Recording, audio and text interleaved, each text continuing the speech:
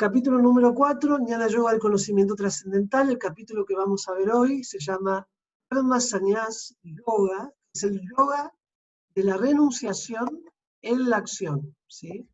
El yoga de la renunciación en la acción. Cómo actuar con un espíritu de renuncia.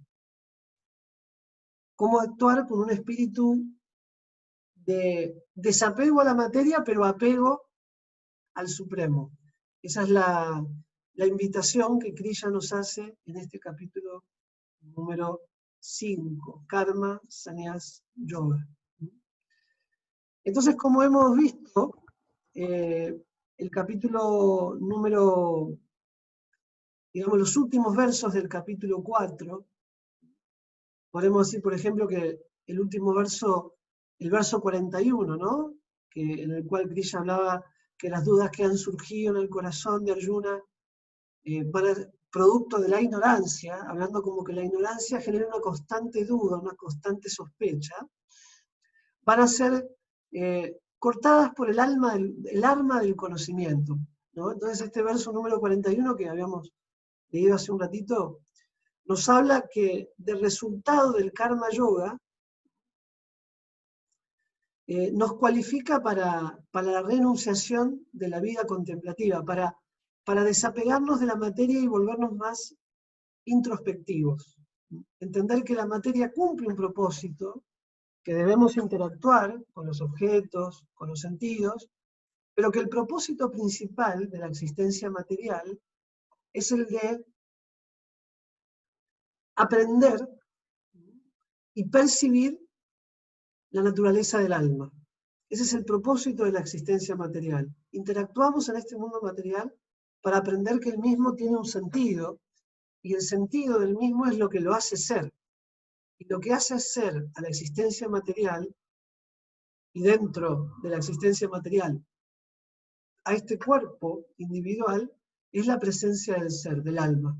Para eso es muy importante llevar una vida contemplativa. Y el karma yoga, la acción en este espíritu de renuncia y de desapego, que nos va a invitar este capítulo número 5, tiene como propósito principalmente llevarnos hacia una vida más introspectiva, más profunda.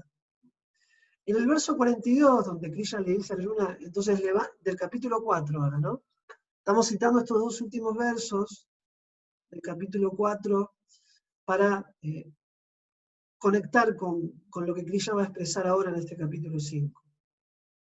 En estos dos últimos versos, entonces vemos que Krishna le implora a Arjuna, en el verso número 42, que tome refugio del karma yoga, habiendo recibido conocimiento teórico impartido por él, y que de esta manera, con convencimiento de su propio ser, actúe. ¿Sí? Por eso le dice, armado con la espada, con el arma del yoga, levántate y lucha. Lucha en el sentido de que actúa de tal manera que no te enfrentes, no te contrapongas a tu naturaleza espiritual original, sino más bien que la manifiestes.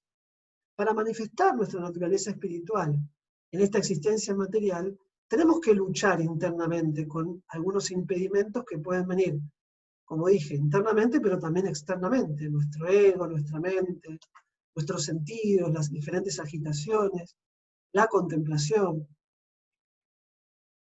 Entonces es muy importante ver cómo desde aquí Krishna va a retomar en este capítulo número 5, llamado Karma Sannyas Yoga. Y aquí es como un resumen que hacemos, ¿no? Porque en el capítulo 3, Krishna enfatiza el Karma Yoga, la acción con desapego. Y el capítulo 4, él enfatiza más el Jnana Yoga. El Jnana Yoga como la acción con renuncia, o sea, la renuncia, el cultivo del conocimiento. Veremos cómo en el 5º capítulo las enseñanzas de Krishna, Arjuna, enfatizan una integración de ambos, tanto de Jnana Yoga como de Karma Yoga, ¿sí? La acción de la posición trascendental del Ser Supremo y de nuestra posición, como almas integradas a él, es el tema de este capítulo. Entonces Arjuna comienza este capítulo preguntando cómo actuar de la manera más conscientemente posible. Esto es lo que empieza haciendo unas preguntas Arjuna nuevamente a Krishna. Y la pregunta es, de Arjuna a Krishna: oh Krishna, primero tú me pides que renuncie al trabajo y después nuevamente me recomiendas el trabajo con devoción. ¿Tendrías ahora la bondad de decirme en forma definitiva cuál de los dos es más beneficioso? El Señor bendito dijo, tanto la renunciación al trabajo como el trabajo con devoción son buenos para la liberación. Mas entre ambos, el trabajo en el servicio devocional es mejor que la renunciación al trabajo.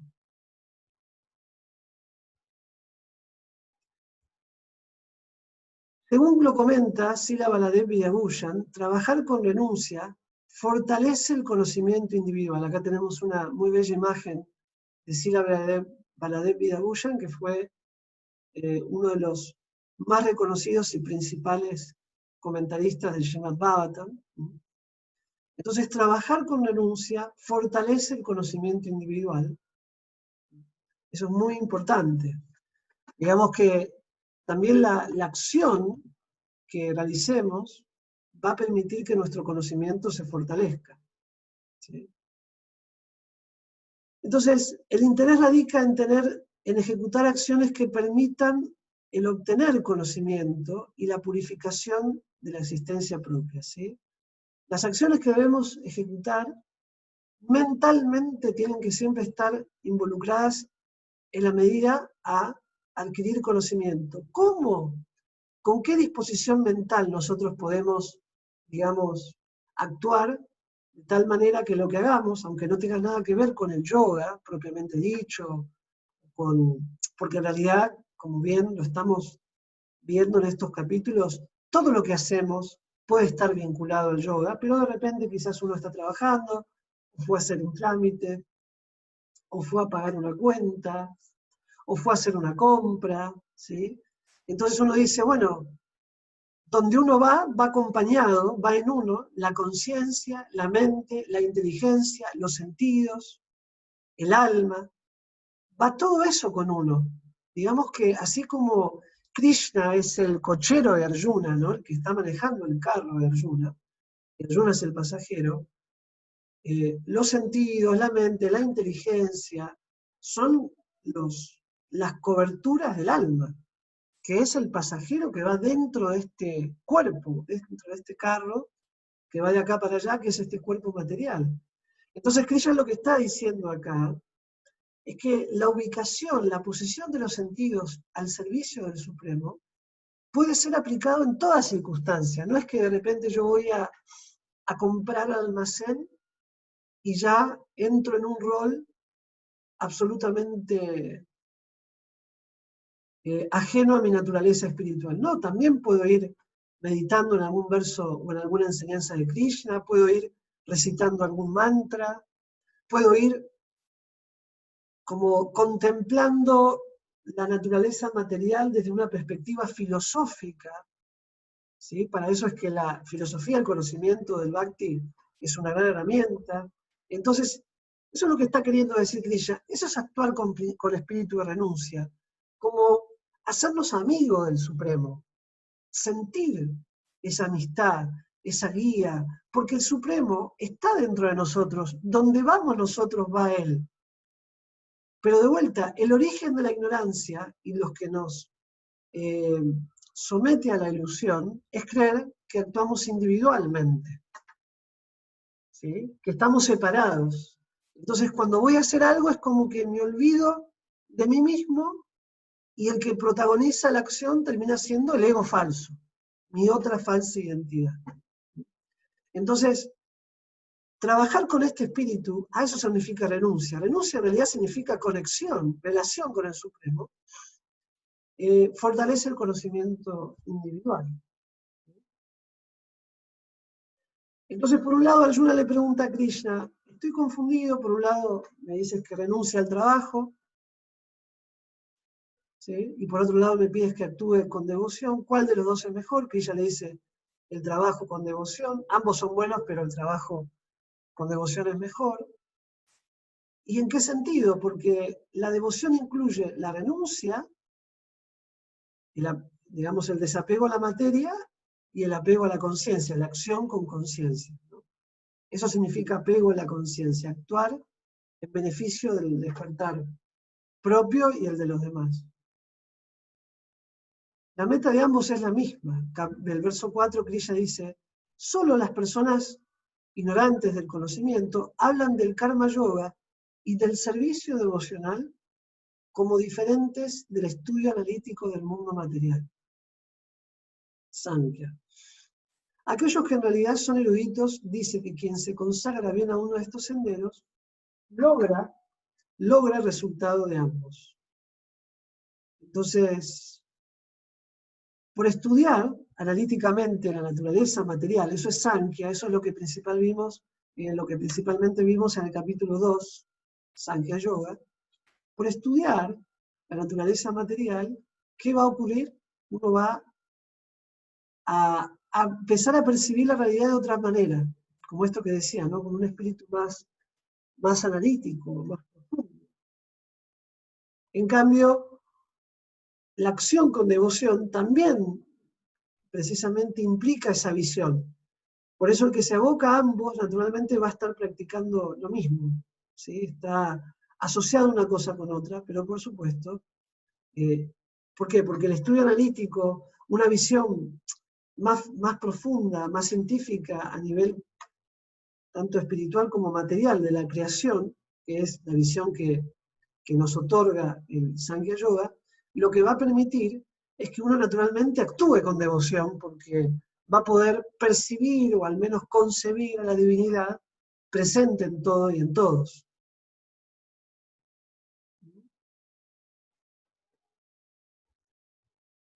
Entonces,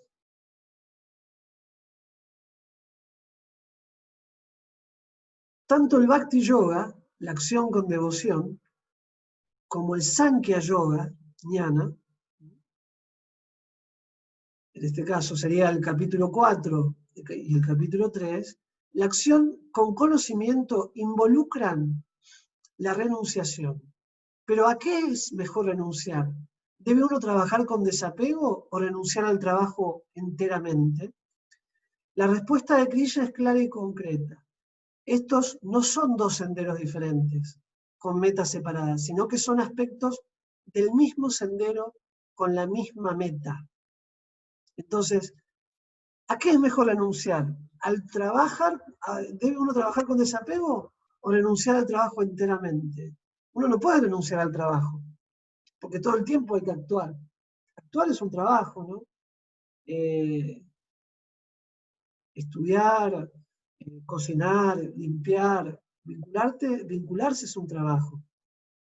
Entonces, vamos a ver qué dice aquí, esto es muy interesante, porque va a describir, ¿no? Nuevamente aquí vemos esta hermosa imagen, Krishna instruyendo a Arjuna, y le dice, aquel que sabe que la posición alcanzada por medio de la renunciación también se puede lograr mediante el trabajo en servicio devocional, y que por lo tanto ve que el sendero de la devoción y el sendero de la renunciación son uno, ve las cosas tal como son. Repetimos, ¿no? Aquel que sabe que la posición alcanzada por medio de la renunciación también se puede lograr a través del trabajo en servicio devocional, y que por lo tanto ve que el sendero de la devoción y el sendero de la renunciación son uno, ve las cosas tal como son. Entonces, directamente lo que está haciendo acá Krishna es como trazando el camino para no distraernos y no realizar esfuerzos que pueden ser muy duros para nosotros, como renunciar a la materia, renunciar a los afectos, renunciar a los bienes, renunciar, ¿no? Desapego, es lo que se predica generalmente en muchas líneas, escuelas filosóficas del yoga, la escuela, por ejemplo, filosófica también budista, ¿no? La renuncia, el desapego. Y eso a veces es doloroso, porque naturalmente nosotros, yo siempre menciono esto, ¿no? Como seres afectivos, manifestamos nuestro afecto a través de un apego, a través de los apegos. Entonces, de repente estamos acostumbrados a apegarnos. Constantemente nos estamos apegando a algo, ¿sí? Y invocando algún tipo de vínculo y de relación con algo, ¿sí? Entonces es muy importante aquí entender que este apego, que naturalmente todos cultivamos a través de nuestra vida, a través de nuestras acciones, son mucho más naturales canalizándolos en la acción con devoción, porque la devoción, actuar con devoción, ya implica desapegarnos de algo. Negativo en este caso para la devoción a Dios. Entonces, una persona no necesariamente tiene que ser alguien negativo al cultivo de mi devoción a Dios. ¿Se entiende? Pero hay cosas que sí, hay la intoxicación, consumo de animales, la vida egoísta, por supuesto que eso sí puede ser muy contraproducente para nuestro cultivo interno. Krishna dice, a menos que uno se dedique al servicio devocional hacia la divinidad, la simple renunciación a las actividades no puede hacerle feliz. Acá está la respuesta. Entonces, esto va a colación a la pregunta, ¿hay que renunciar a todo o hay que...? No, en realidad, si uno no se dedica al servicio devocional, es muy difícil que la renuncia a la actividad lo haga feliz. Los sabios, purificados por las obras devocionales, alcanzan sin demora al Supremo. Entonces, las acciones devocionales, las obras devocionales, nos purifican, nos bendicen. Eso es muy importante siempre palpar, percibir, trabajar, entender. ¿Hay alguna pregunta hasta aquí que tengan, que quieran realizar?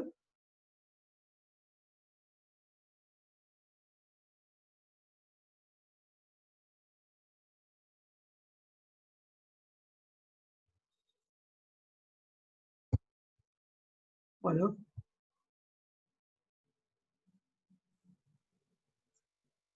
ahí tenemos una pregunta en la finca, ¿no? Saludos a los devotos de la finca. Preguntan, ¿cómo nos damos cuenta si estamos actuando desde el ego falso o desde el ser? Bueno, precisamente, ¿no? En la medida que uno actúe desde una plataforma o una posición donde uno quiere disfrutar egoístamente, disfrutar solamente el cuerpo, su mente, entonces ahí es cuando uno naturalmente actúa desde el egoísmo. Ahora, cuando uno actúa con el deseo de que los demás sean felices, de servir a las demás almas y de agradar a Dios, ahí uno está actuando desde el ser, desde la devoción. Actuar desde el ser, o sea, acá hay un punto muy importante, porque para entender y percibir al ser, uno primeramente tiene que percibir a la divinidad. La divinidad es la que le va a revelar a uno la naturaleza del ser. No hay una independencia, digamos. No es que primero me percibo a mí como alma y después percibo a la divinidad. Es por el contrario, primero debo reconocer y percibir la divinidad. Reconocerla, saludarla correctamente, reverenciarla, cantar con un cierto apego, una cierta devoción. Y eso naturalmente va a ir despertando mi naturaleza espiritual, ¿no? Va a ir manifestándola. Digamos que la relación que nosotros entablemos con Krishna y el fervor y la devoción que implique esa relación, naturalmente va a ir manifestando las cualidades del alma. ¿Sí? Eso es lo que nos hace ser espirituales. Nuestros actos, nuestros pensamientos, nuestros deseos. ¿Sí? Y todo esto se da gracias a la intervención del Ser Supremo. Bueno, espero haber podido responder la pregunta brevemente, ¿no? Por supuesto, porque la idea es poder ver todo este capítulo. La madre Leshwari Mohini pregunta, ¿mi trabajo diario en la feria puede ser tomado como servicio devocional si lo hago ofreciéndolo a Krishna? Digamos que los resultados del trabajo pueden ser servicio devocional. Claro, eso va a depender de qué haga con los resultados de ese trabajo. Por ejemplo, si yo lo que colecto, ¿no? Por ejemplo, lo que puedo colectar por un trabajo me alcanza para comprar alimentos, pagar las cuentas, etc. Y con eso que cobro, digamos, con eso que obtengo, lo utilizo para comprar verduras y alimentos para ofrecer a la deidad o lo utilizo para equipar el lugar para yo poder practicar mejor mi vida espiritual, o lo utilizo para dar alguna devoción. El trabajo es alguna donación. El trabajo, por supuesto, se vuelve servicio devocional. Ahora, si yo lo utilizo, el trabajo lo puedo ofrecer, pero si lo que obtengo del trabajo lo utilizo para gratificarme egoístamente de los sentidos, ya eso no es servicio devocional. ¿Mm? Lo que lo hace que sea servicio es la acción, por supuesto, pero también el resultado. ¿Qué hago con el resultado de la acción? Por supuesto, siempre voy a obtener un beneficio, porque si yo lo que cocino lo ofrezco a Krishna, por supuesto, después lo voy a comer. También lo estoy cocinando para mí, en un sentido, pero en un sentido más sublime, espiritual, lo estoy ofreciendo a Krishna precisamente para que él lo acepte y me bendiga, ¿no? Entonces, porque también hay una realidad, como una vez dijo Srila Tripurari Maharaj, ¿no? Srila Bhakti Vichar Vishnu Maharaj dijo esto. Él dijo, nosotros le ofrecemos el alimento a Krishna, pero si de repente Krishna empezara a comer lo que le ofrecemos y no nos dejaría nada, no se lo ofreceríamos más. La naturaleza del ego falso es así, ¿no? Si Krishna no dejara los remanentes, no le ofreceríamos, así piensa el ego falso. Entonces él, con su mirada, lo consume y de esa manera nos lo da. Entonces hay de alguna manera un interés en nuestra relación con Krishna, ¿no? Pero en realidad nuestro interés debe estar dirigido hacia poder recibir la bendición y la pureza, ¿sí? Mediante la aprobación, mediante la dulzura que él puede manifestar en lo que recibe. Porque lo que él recibe lo da. Por eso la ley natural es así. Todo lo que recibimos es para ofrecerlo. Y todo lo que recibe el Supremo lo ofrece. Ahora él ya tiene, no es que necesita recibir para dar, porque él es Atmarrama, él es autosatisfecho, explican las escrituras. Él es el que manifiesta en realidad, él es el eterno dador. No es que necesita, no es que él nos da porque recibe, pero lo que él recibe, lo que da a través de lo que él recibe sería como la misericordia, la pureza, el conocimiento, la belleza, la dulzura, la bendición. Por supuesto, él todo el tiempo está dando bendición, pero cuando el devoto actúa con amor, por supuesto, él lo va a reconocer y va a reciprocar. Cuando la persona actúa con odio, él va a reciprocar. Por eso el dicho lo dice. Y el karma también, de alguna manera, es el encargado de reciprocar. Cosecharás tu siembra. Entonces, por supuesto, si cosechamos para Krishna, la siembra va a estar absolutamente bendecida. Y la siembra va a ser el resultado. Entonces también es, ¿qué hacemos con esa siembra? ¿Qué hacemos con ese resultado? ¿Sí? Bien, de los textos 7 al 12, bueno, creo, a ver,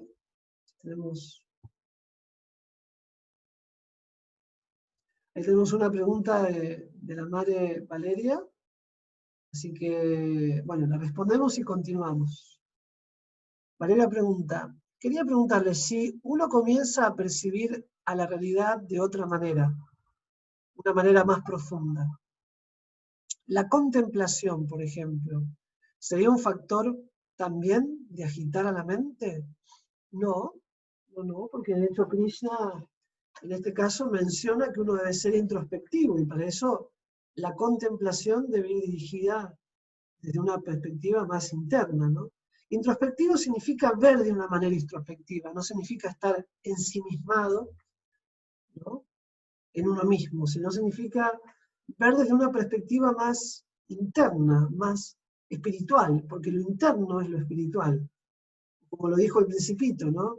Lo esencial es invisible a los ojos. Ver desde la esencia significa ser introspectivo. Entonces, Krishna aquí, en el Bhagavad Gita, nos está ayudando y nos está dando la luz del conocimiento para poder ver desde la esencia, ver desde el alma. Entonces, en ese sentido, la contemplación no tiene por qué ser algo negativo, todo lo contrario, todo el tiempo en realidad uno está contemplando. El tema es que con qué idea uno contempla las cosas y con qué proyección uno está contemplando la realidad.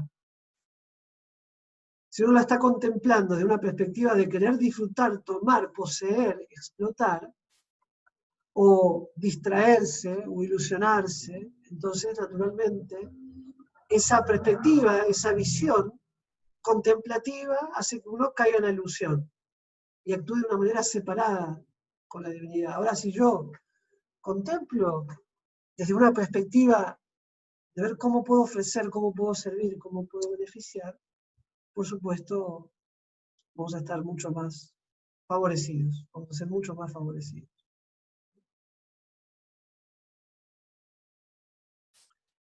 Bien, vamos a leer ahora el texto 7 y 12. Cualquier cosita, si no satisfacen las respuestas, pueden repreguntar. Más adelante, o a medida que vayan teniendo preguntas, pueden hacerlas. Yo voy a continuar unos versos más y luego paro a ver si hay preguntas, ¿no? Entonces, Krishna, del verso 7 al 12 del Bhagavad Gita, describe cómo practicar Niskama Karma Yoga, cómo se practica esta ciencia. Krishna en el verso 7 dice, aquel que trabaja con devoción, que es un alma pura, y que controla su mente y sus sentidos, es querido por todos, y todos le son queridos a él o ella. Aunque trabaje constantemente, tal persona jamás se enreda. Entonces, naturalmente, aquel que es autocontrolado, que actúa con devoción, con amor, ¿no?, que posee pureza, va a ser querido por todos. Por todos es a nivel general, por supuesto, va a haber personas que no van a querer a los santos, ¿no? Hay personas que quieren a Jesús, hay personas que niegan la misión de Madre Teresa, hay personas que han perseguido y querido también encarcelar a Padre Pío, San Francisco de Asís, Srila Prabhupada, Sri Chaitanya Mahaprabhu. Por supuesto, estoy hablando de referentes que también por cierto sector social no han sido queridos, pero en términos generales son queridos y siguen siendo queridos. Justamente por esto, porque actúan con devoción, porque son almas puras, porque son autos controlados, entonces no le hacen daño a nadie. Esta es una característica del autocontrol, de la ecuanimidad. Esto no le hace daño a nadie, no quiere pelear, no quiere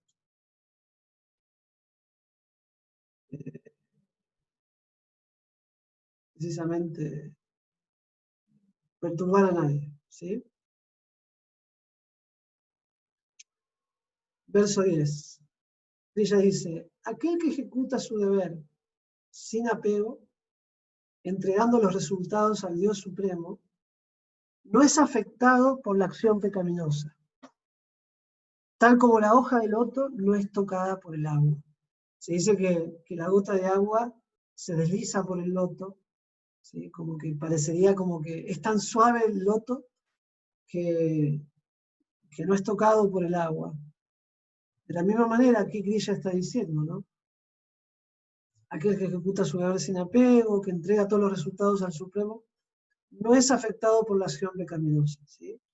Tal como la hoja del loto no es tocada por el agua. Entonces también esto, ¿no? La acción con devoción, ofrendar los resultados al Supremo, hace que uno no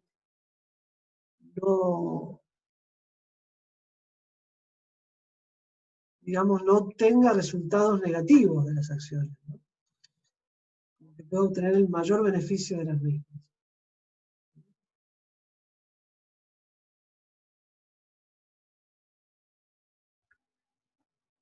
Vamos a ir al verso número 11. Los yogis, abandonando el apego, actúan con el cuerpo, la mente, la inteligencia e incluso con los sentidos únicamente con el propósito de purificarse. Este verso es hermoso, ¿no? Las personas que buscan este vínculo, esta unión con el Supremo, actúan con el cuerpo, la mente, la inteligencia e incluso los sentidos únicamente con el propósito de purificarse. Fíjense qué importante esto, ¿no? Actuar en aras siempre de la pureza. Entonces, entender, ¿no?, que el principio purificador de la existencia va a estar determinado por, y la luz espiritual, el conocimiento va a estar caracterizado por justamente ocupar el cuerpo, los sentidos, la mente y la inteligencia del Supremo. Eso significa con el propósito de purificarse. Ocupar el cuerpo, la mente, la inteligencia y los sentidos para purificarse significa ponerlos al servicio del Supremo. Es como el alimento, por eso decíamos, uno ofrece el alimento y sus acciones para purificarse. ¿Por qué? Porque el agradar a Dios le permite a uno purificarse, ¿sí? Lo que lo purifica a uno, en realidad, es lo que complace al Supremo. Y lo que complace al Supremo es que uno sea un espíritu afectivo, tenga un espíritu empático, compasivo, ¿sí? Eso es lo que a uno lo bendice, digamos.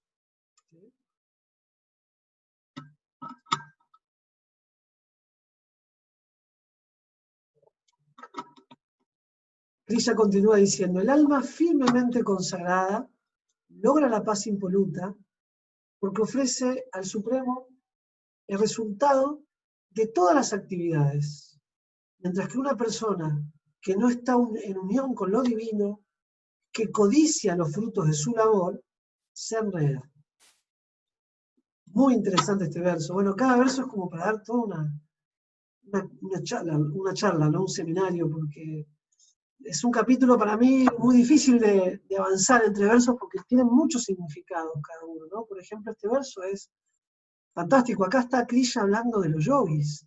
Acá Krishna está hablando de las almas realizadas, o de aquellos que son personalidades grandes espiritualistas, ¿no? Le está diciendo, un alma firmemente consagrada. ¿Por qué logra la paz? Porque ofrece los resultados de las actividades. Lograr la paz significa se libera de las reacciones negativas, de esta manera va cultivando una mayor devoción, una mayor conexión, vínculo con la divinidad. Acá está hablando de todo un sistema de yoga Krishna, ¿no? Pero después él dice, mientras que una persona que no está en unión con lo divino, ¿cuál es la que no está en unión con lo divino? La que codicia constantemente los resultados de su acción. Ese tipo de persona se termina enredando. Termina condicionando su existencia. Entonces, como dice aquí, lo que nos enreda es cuando codiciamos solamente egoístamente los frutos. Por supuesto, uno va en todo lo que hace buscar un resultado, porque por supuesto uno quiere que le vaya bien en los emprendimientos y que las cosas que salgan bien, ¿no? O sea, den satisfacción. Pero de vuelta, es importante que lo mismo esté incluido esa satisfacción por un vínculo, ¿no? Por una conexión con el Supremo. La pregunta que surge aquí es, ¿quién es el hacedor? ¿La entidad viviente, la naturaleza material o el Ser Supremo? Como el maestro interno. Al enumerar estos versos, Krishna describe el rol del alma espiritual. ¿Quién es el que hace? ¿La entidad viviente, la naturaleza material o el Ser Supremo? El alma, la energía material o la suprema conciencia? ¿Quién es el que realmente está actuando acá en todo esto? ¿O ambos? Esa es la pregunta que surge aquí. Entonces, responde los siguientes versos. El espíritu corporificado, amo de la ciudad de su cuerpo, no crea actividades ni induce a las personas a actuar. El alma, ¿no? El alma no crea actividades ni induce, ni crea los frutos de la acción. Todo esto lo ocasionan las modalidades de la naturaleza material, que son la bondad, la pasión y la ignorancia. Entonces, lo que está actuando a través de nosotros son las gunas, las modalidades. A veces puede predominar más la pasión, otras veces puede predominar más la ignorancia, otras veces puede predominar más sattva guna. ¿Sí? Entonces, esto es bien interesante porque precisamente este es el punto, ¿no? Todo lo ocasionan estas tres gunas. Entonces, en la medida que nosotros nos situemos en sattva guna, llevando los principios regulativos del yoga, naturalmente eso nos va a acercar más a Vishuddha Sattva Guna. Vishuddha significa que está más allá incluso de Sattva Guna, de la bondad. Ya es una bondad trascendental. Ya empieza a operar directamente en nosotros la voluntad del Supremo.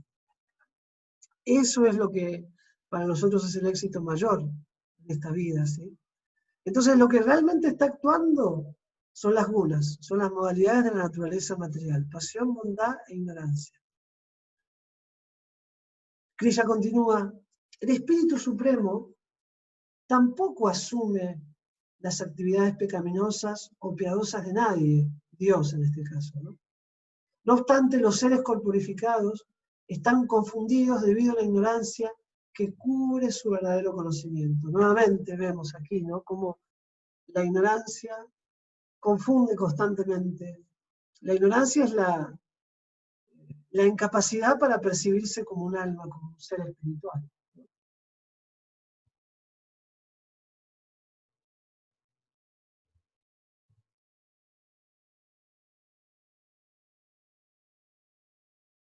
La Madre Govinda Mohini, Lileshwari Mohini. Lileshwari Mohini pregunta, ¿cómo evitar buscar reconocimiento por lo hecho? Bueno, uno debe evitar buscar reconocimiento por lo hecho, más que, digamos, evitar buscar, porque uno siempre va a querer ser apreciado y querido por los demás y tomado en cuenta y considerado. Lo que uno debe evitar es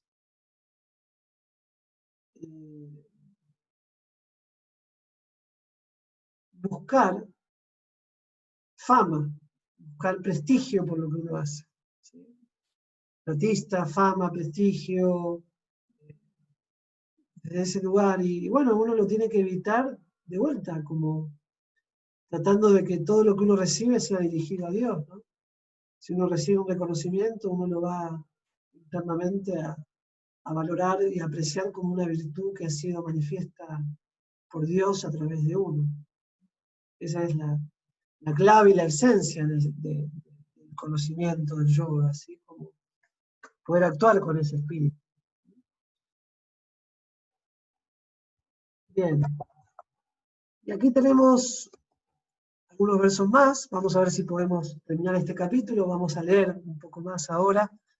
En el verso 16, Krishna dice, no obstante, cuando alguien es iluminado con el conocimiento mediante el cual se destruye la ignorancia, la nesciencia, entonces su conocimiento lo revela todo, así como el sol lo ilumina todo durante el día.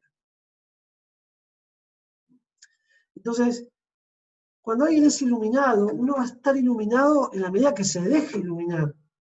O sea, a mí, el sol está afuera, pero el sol me va a iluminar, me va a, digamos, a impactar en la medida que yo salga y me exponga a él, ¿sí? Me ponga frente a él.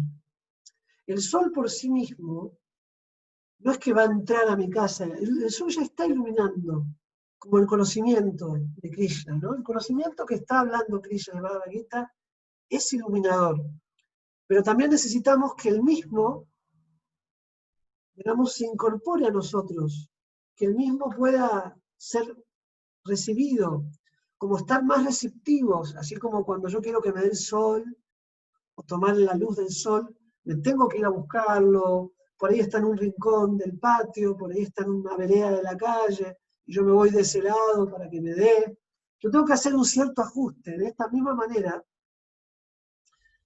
también tengo que el sol Krishna, ¿no? Krishna que es comparado con el sol, se dice el mantra Krishna Surya Sama, puede impactar en mí también. Yo ponerme bajo su amparo. Y esto implica que dejarme abrigar, poder seguir este conocimiento. La receptividad en este caso tiene que ver con seguir la instrucción, con tratar de llevar adelante la práctica, que Krishna nos está invitando a través del Bhagavad Gita. Y aquí el comentario justamente menciona el verdadero propósito de la investigación filosófica es hallar la meta última de la vida. ¿Cuál es esta meta? ¿Sí? Verso 17. Cuando la inteligencia, la mente, la fe y el refugio están todos fijos en el Supremo, uno se limpia por completo de los recelos a través del conocimiento de la verdad y procede así sin desvío en el sendero de la liberación.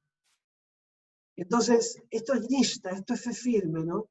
Inteligencia, mente, fe, están todos conectados al Supremo, hay confianza, hay experiencia directa de lo que se nos dice, ¿no? Porque realmente podemos experimentar lo que Krishna está explicándonos. Lo podemos corroborar, ¿sí? Cuando él habla de las dudas, cuando él habla de los temores, cuando él habla de la infelicidad a través del disfrute egoísta, es algo que es corroborable. Por eso él nos da esta sapiencia, esta sabiduría para, a partir de ahí, conectar con los otros puntos, con aquello que está más allá, que es más sublime. De esta manera no hay desviación acerca del conocimiento. Y aquí nuevamente tenemos una imagen de Baladev Vidyabhusan, este comentarista que citamos en varios fragmentos del Srimad Bhagavad Gita. Él dice: aquellos cuyas mentes están establecidas en la igualdad y la ecuanimidad ya han conquistado las condiciones del nacimiento y la muerte. Ellos son impecables como el Brahman y así ya están situados en el Brahman. Se debe entender que una persona que ni se regocija al obtener algo placentero, ni se lamenta al obtener algo desagradable, es inteligente de por sí. Y que no se confunde y conoce la ciencia de Dios, ya está situada en la trascendencia. Pues aquel que no se apega al disfrute, a la felicidad, ni tampoco aborrece las situaciones negativas y conflictivas, sino que todo es apreciado con igual visión. Él sigue practicando, él o ella se siguen manteniendo en el sendero, entonces se puede decir que es alguien que está situándose en la trascendencia, ¿sí? Por eso el título de este pasaje se explica que es el sabio, lo aprecia todo con igual visión.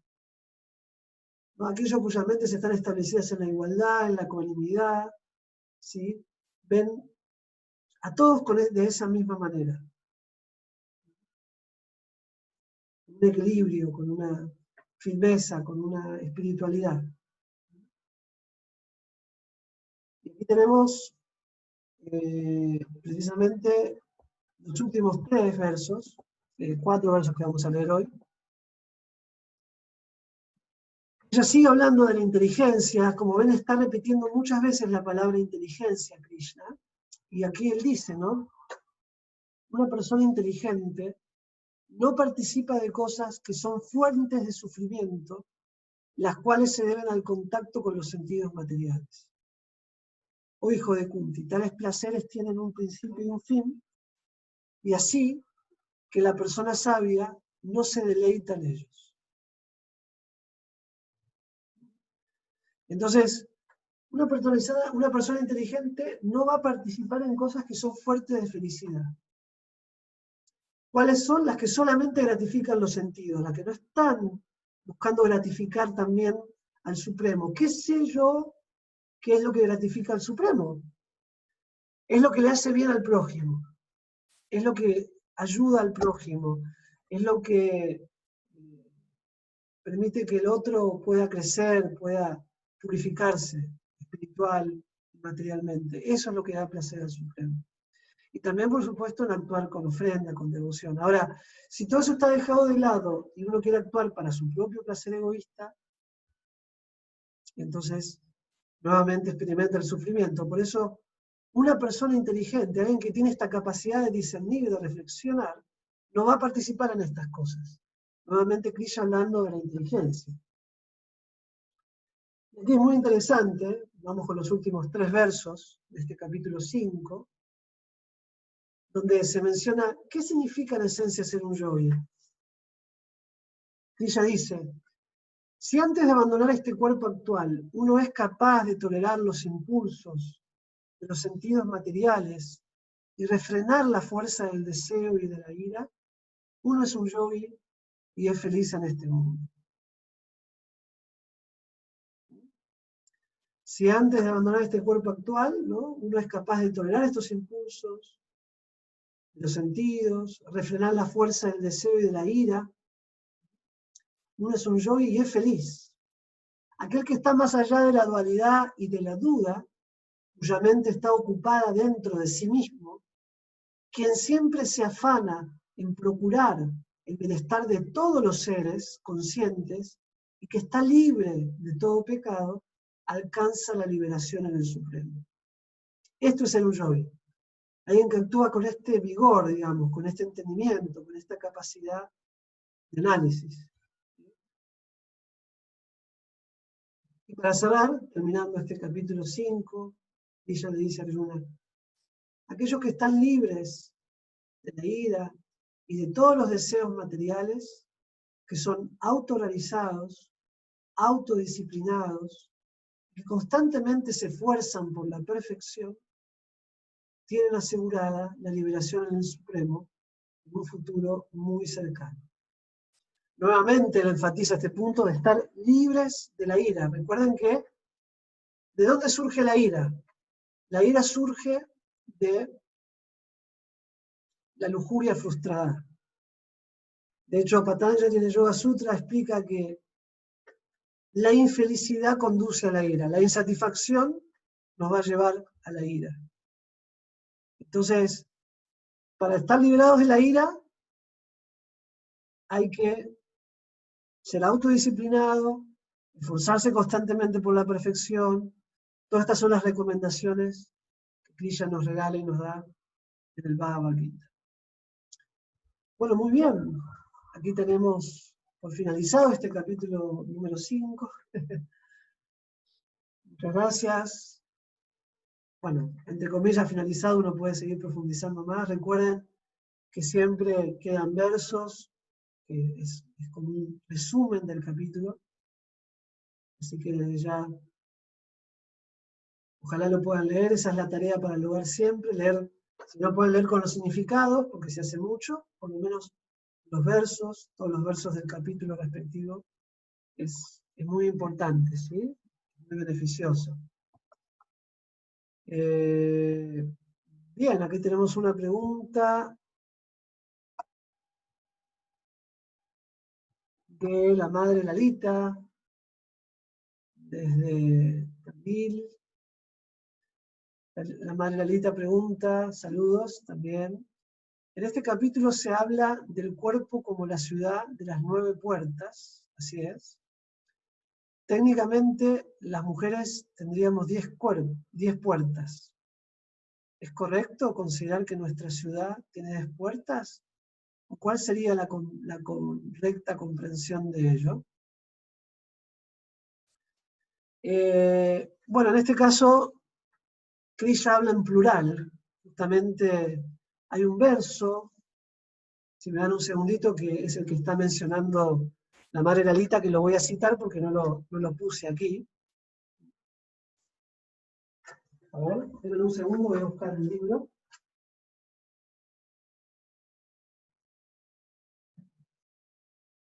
La madre Lalita hace otra pregunta, que es, ¿cómo comprender correctamente el pecado? De pronto es una palabra que a veces suele tener resistencias. Así es. Muy bien, la madre ahí me sopló, es el verso número 13. Muchas gracias. Vamos por la primera pregunta entonces. La pregunta va en el contexto de este verso. Krishna dice,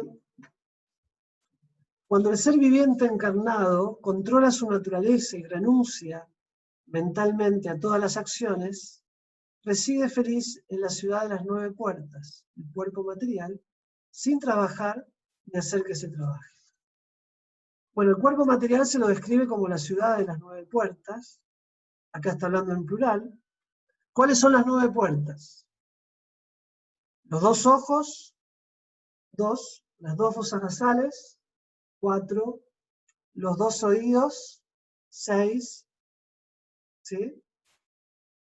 2, 4, 6, la boca 7, el recto, el ano 8 y el genital 9. Esas son las 9 puertas. ¿Sí? Las 9, digamos, las 9 puertas tanto de excreción, digamos, como también de percepción, de adquisición. ¿Sí? Entonces, en este caso se refiere a los dos por igual, no se hace, digamos, una distinción. Yo no sé cuál sería la 10ª puerta, o si se menciona una 10ª puerta en el caso de la mujer, realmente desconozco, no lo he leído, pero digamos que la mujer por naturaleza tiene una capacidad más intuitiva, más perceptiva, por su influencia más lunar, ¿no? Más sutil, pero de todas maneras eso tiene que ver más con un sentido cognitivo, cognoscitivo, que con lo que son las propias puertas del cuerpo, que son algo más burdo, digamos, ¿no?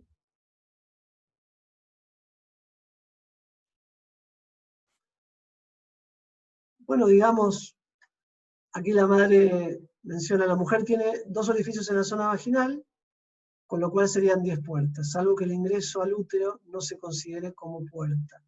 No, en este caso no. Y de hecho, el Ayurveda también lo ratifica de esa manera. Y por el otro lado, la madre pregunta, ¿cómo comprender correctamente el pecado? Bueno, pecado en sánscrito se menciona como, esta es otra pregunta de la madre Lalita, ¿no? ¿Cómo comprender correctamente el pecado? El pecado, en sánscrito se menciona papa. Es una palabra, claro, ella menciona que es una palabra que a veces suele tener resistencias, pecado, ¿no? Generalmente la resistencia es que suele tener y que a veces puede generar como un conflicto interno, tiene que ver más con la idea que nosotros tenemos desde tan chicos de lo que es el pecado, ¿no? El pecado como un castigo, el pecado como algo que posteriormente nos va a hacer sufrir, y eso ya viene desde una matriz religiosa, cultural, ¿no? Este miedo al pecado, este temor a Dios y al castigo de Dios que viene producto del pecado. El pecado como una especie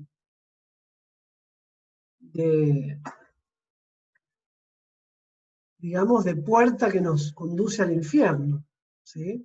Esa es como la idea, ¿no? O también a veces puede venir como un planteo desde el ego de decir, bueno, no, qué es bueno y qué es malo, qué es pecado y qué no es pecado. Cuando en este contexto se habla de pecado, Krishna habla de pecado, en realidad habla de todo tipo de actividad que degrade el ser. Digamos, el ser por naturaleza, esto es como de una forma metafórica lo dice él, porque en realidad el ser por naturaleza no se degrada, el alma es espiritual, Pero a lo que vamos es que la conciencia sí se puede degradar. La conciencia es la manifestación del alma, ¿sí? El alma se manifiesta como conciencia. Entonces, la acción pecaminosa o el pecado es todo tipo de acto que nos lleva, que degrada al ser. Se le dice, en castellano se da esa traducción al sánscrito, porque es la forma que nosotros tenemos como relacionar lo que es una actitud impía, pero la palabra misma, la traducción o el concepto general que se da es impío. Es algo que, impío significa que contamina, ¿no? Como que ensucia. Entonces, a eso se refiere con el pecado en este caso, ¿no? Con aquello que nos contamina, que por supuesto es algo pecaminoso en ese sentido, ¿no? Como algo que nos contamina, nos degrada, pero que también tiene digamos, la mala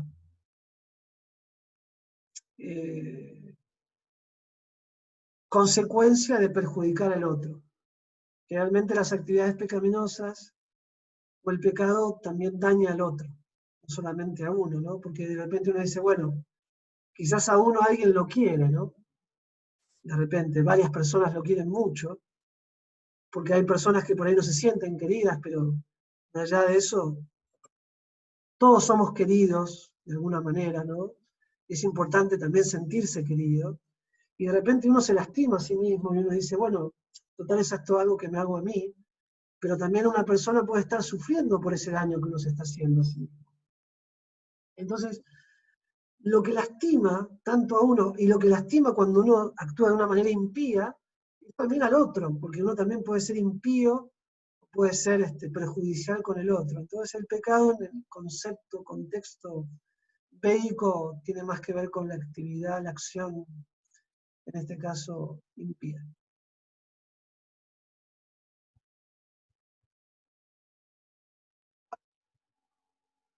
Por el contrario, ¿no? Krishna menciona las acciones que purifican, las acciones que liberan son precisamente las iluminadoras, ¿no?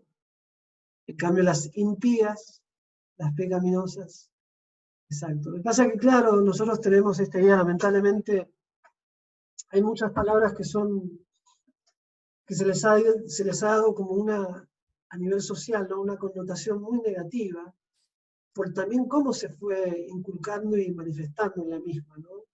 ¿Quiénes lo hicieron? Por ejemplo, otra palabra que a veces suena fea es sacrificio, por ejemplo. Castidad, ¿no? O sea, castidad se asocia con castigo, sacrificio con muerte, por ejemplo, cuando en realidad esos conceptos son absolutamente bellos. Yo a veces cuando escribo o paso textos, tengo que adaptar sacrificio a ofrenda o ritual para que no se entienda como algo que uno va a matar, ¿no? Se asocia el sacrificio con una ejecución, por lo general, de algo, de alguien.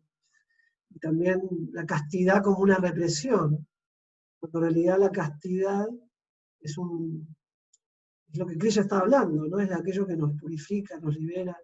Entonces sí, realmente a veces uno tiene que adaptar palabras para que sean mejor recibidas, ¿no? ¿Alguna otra pregunta más? Madre Haribhakti, ¿me sigue en línea?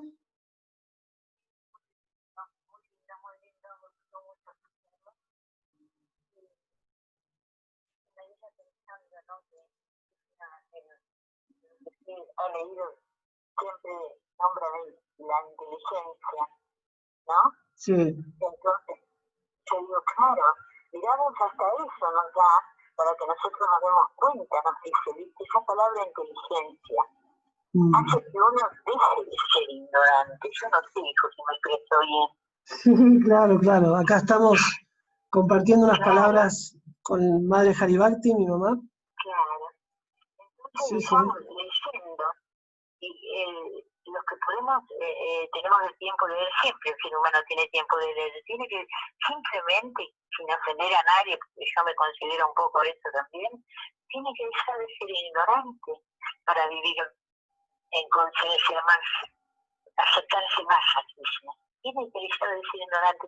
Y qué linda lectura, porque habla de la inteligencia y dicha en esos términos, y diciendo todo lo que has dicho que has explicado, bueno, es tan lindo que no hay que pensarlo mucho, ¿no?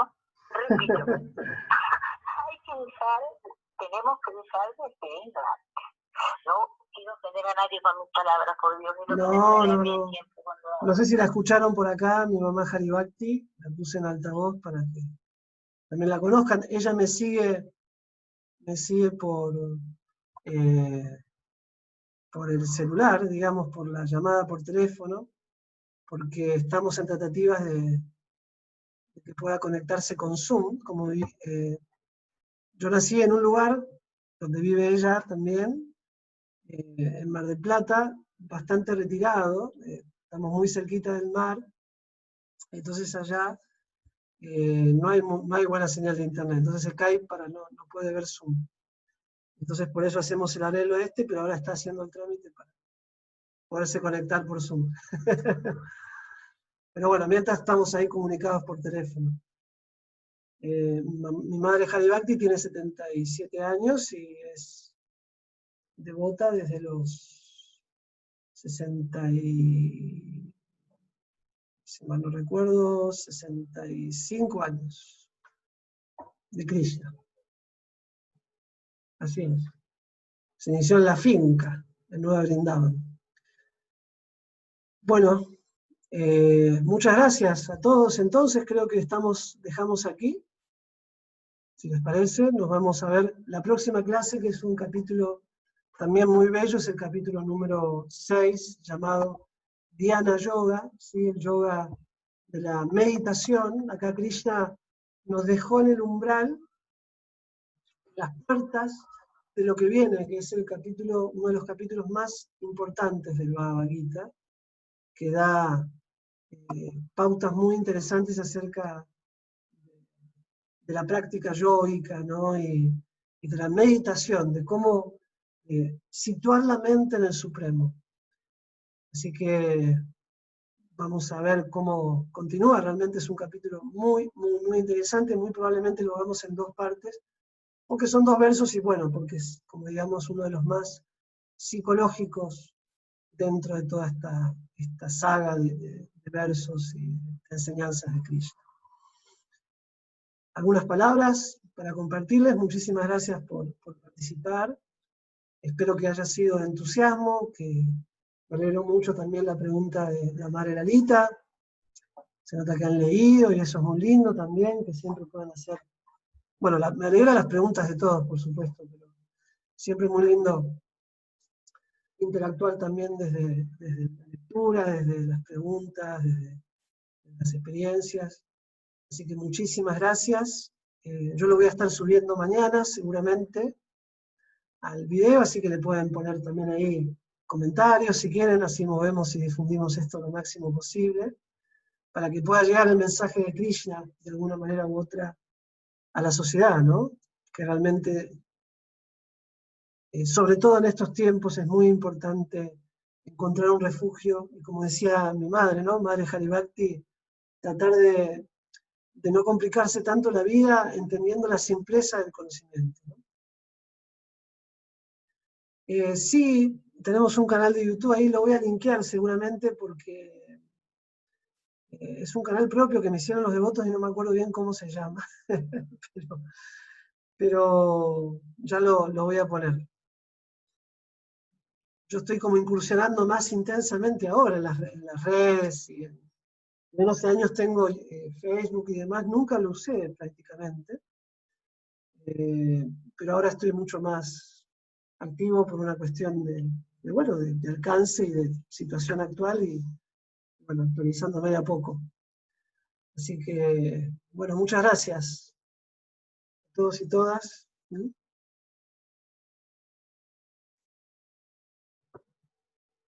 Y también luego, cualquier otra preguntita y demás, seguimos en contacto por Facebook. Aquí los estoy viendo a todos, tenemos Haribol, saludos. Saludos. De todas partes, ¿no? Cómo nos conecta la tecnología, ¿no? Increíble. Que estén muy bien, que estén muy bien. Muchas gracias. Ah, y aprovecho a hacer una mención.